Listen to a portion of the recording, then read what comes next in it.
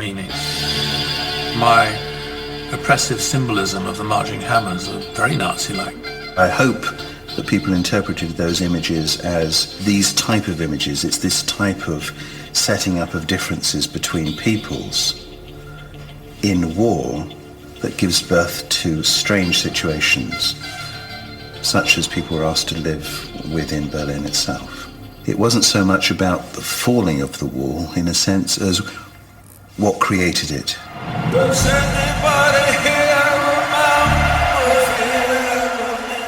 Then when it goes to bring the boys back home, which is so clear and evident what it's about. And the graphics I thought that Mark and Jonathan produced at that point were quite compelling and interesting as well. In Germany, to have pictures of German officers as well as other people on this big wall, and then all the crosses and things. And with this, Russian marching band playing these brass instruments rather badly. I thought that was quite edgy and cool. Roger wanted to have some mass band in the piece. So immediately after I'd been given the role of casting and recruiting all the artists, I'd flown to Berlin the next day, and I said to Reinhard Heinemann, where do I get a marching band from? And he said, we get the Soviet Army's marching band. And we got in his little Trabant, these little East German cars, smaller than Minis, with a two-stroke engine in. And we potted off. We'd already been to see the orchestra and the choir that day. And we potted off to their camp and booked them. Simple as a $50,000 backhander.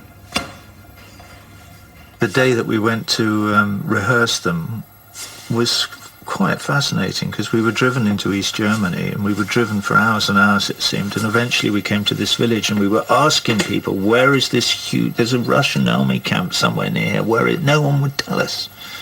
They absolutely wouldn't tell us, and then we're saying, no such thing exists, and eventually we found the gate was about 100 yards away, and then we're like, 20,000 Russian troops in this huge camp, and they wouldn't let us in. I think we were the first Westerners ever to go into the Russian military headquarters in East Germany since day one.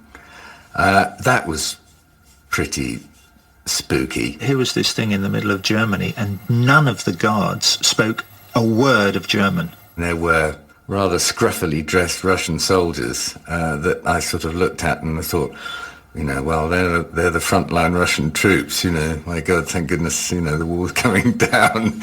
And thank goodness, they're not going to be there for much longer. They were a bit cautious, because they weren't quite sure what was going to happen. They knew something was happening. They knew they were going home. They knew they weren't staying there, but they weren't quite sure, whether to be, how open to be. It was November the year before that tanks had rolled into Berlin and things. And yet we were able to get the marching band of the Soviet